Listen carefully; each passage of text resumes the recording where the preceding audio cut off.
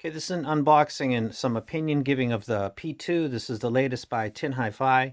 They released a planar, I believe, a year ago. And at its price point and performance, considering that the only really acceptable planar out there in ears that I had really come across was the Odyssey, which needed a cipher cable. It should be called a decipher cable, actually. And if you're an Android user, you can go fuck yourself because it's for iOS. And then this little company, TinHifi, releases the P1, and it was pretty decent. It needed a little bit of bass. If you had the Q1 Mark II or something with a hardware bass boost, you were getting really, really good sound quality. And they developed a following. The branch that had loved the T2, some of them followed along, and they grabbed new members of their base that were interested in experiencing planar. And most of them seem to be quite happy. And this is the follow-up to that. It's called the P2. It's out of the box because I've already actually listened to it.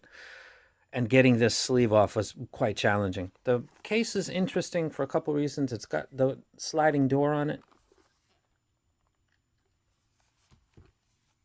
If you lift it up, it's got a, like, it looks like it'll be the display type. Like you slide that up, and then maybe there's a little notch or something, and you can notch it there. That would be cool. There is no notch or any way to, and if I push it back more I might break it, but nice, almost, you know what I mean, like a notch right there, something to hold it. And then you've got your, I don't know why you do that, but I don't know what the functionality is besides that. Open it up, got the case. It smells like cowhide. Who cares about cases? People do, actually. They love their cases. It's too small, it's too big. You've also got your owner's manual and warranty on the inside. Put this back inside. The IEMs themselves are identical to the one that I showed before. It's got a rough surface. People have asked, is that open back? No, it's not. It's got a breather vent right there. And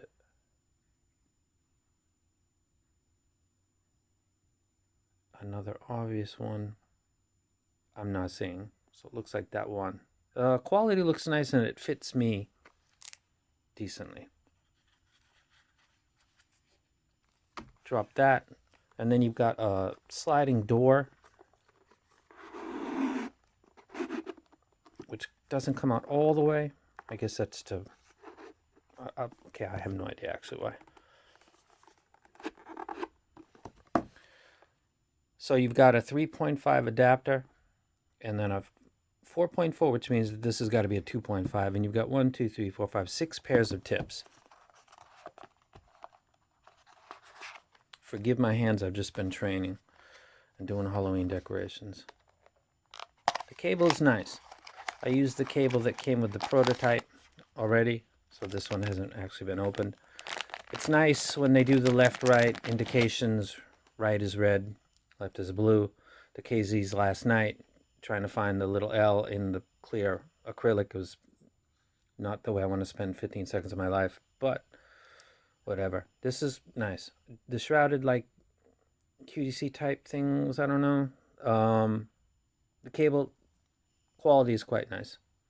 Seems very decent. It should be for what they're asking, which is, I'm going to get into that. So that is the cable. And then you've got your terminations. The question is this worth? I've listened to it. What's my opinion? It sounds good. It's obviously slightly warmer than the original because it's got a little bit more bass than the P1. Is it worth the price increase? Value is determined by the buyer, not the seller. So if it's popular, then it is worth it. And if it's not, then it won't be. Like, that's literally how it's. Things that don't sell, market rejects, and that means it was overpriced and therefore not worth it. Is this going to be popular? Not as popular as the P1 because of its price bracket. And two, there's a little dichotomy going on with the Shure tape, which is releasing a follow-up, improved based on the feedback in the return of the input, and they're not charging any extra money for that. and it's adjustable, and the other one wasn't, and it has filters and the other one didn't. I don't think it did anyway, or maybe it did, but it's going to come with filters. So they're improving the product for the people that felt like they were kind of beta testers and they're not asking for money for being better. And some people would say doing what you should have done the first time. So, and that builds a lot of goodwill. So Shure is going in one direction and is definitely going to absorb more people into their family because of the goodwill that you get from people when they say, oh, the new one, how much is it? It's the same as the original. Really? You know, yeah, and it sounds better too. Really? Like that is the kind of stuff that stimulates people to push the buy button or to break out their card and say, you know, I'm going to go with that because that sounds solid. And the other way is to get into a new price bracket, you know, add new accessories and a nicer cable. Tuning is the treble on mine is like the others that have been noted over the past few days. It's, if you're sensitive to the upper treble, it might not be your thing. So is it improvement over the original is not a sure thing, and I'm not sure in my own mind. And they're definitely asking for more money, and there's another company that's got like the same release pattern. I think the P1 came out not very close to when the tape came out, and this one's coming out when the tape Pro is coming out, and they're going about this in completely different ways. This is maybe an improvement, not really sure. The tape, if the graphs are accurate, and I trust that company because everything I've been told seems to work, do and go the way that they say. I don't know. So if you've got the money, of course I'll do a full review.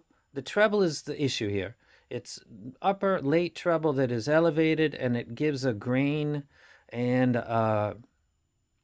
there's music. It depends on your hearing. If you have good hearing up past 12K and beyond, you might be stimulated. And if you don't, and there's people that don't, you won't.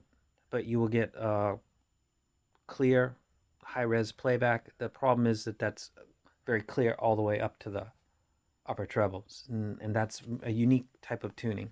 So I've gone a little bit over time than I planned, but I wanted to touch on a couple things because people are going to ask, you know, what do you think? I don't know.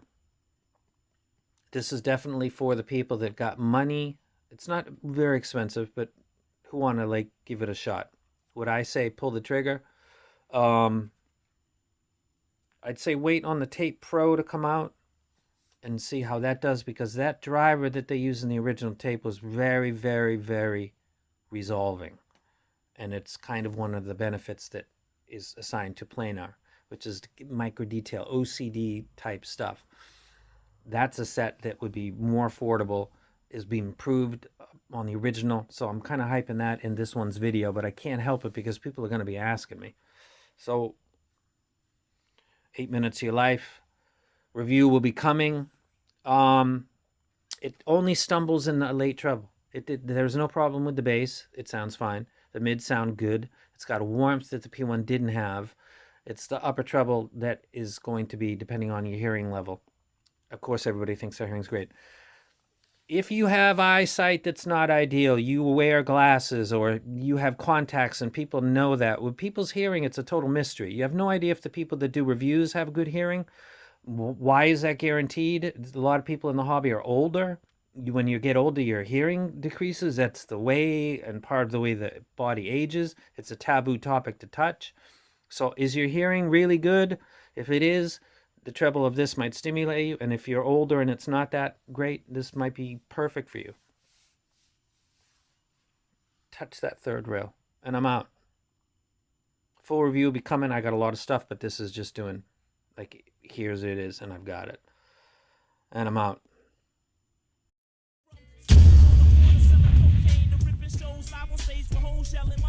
To be precise, ripping mics is the light of my life. You frontin' like you try for never pull the heist.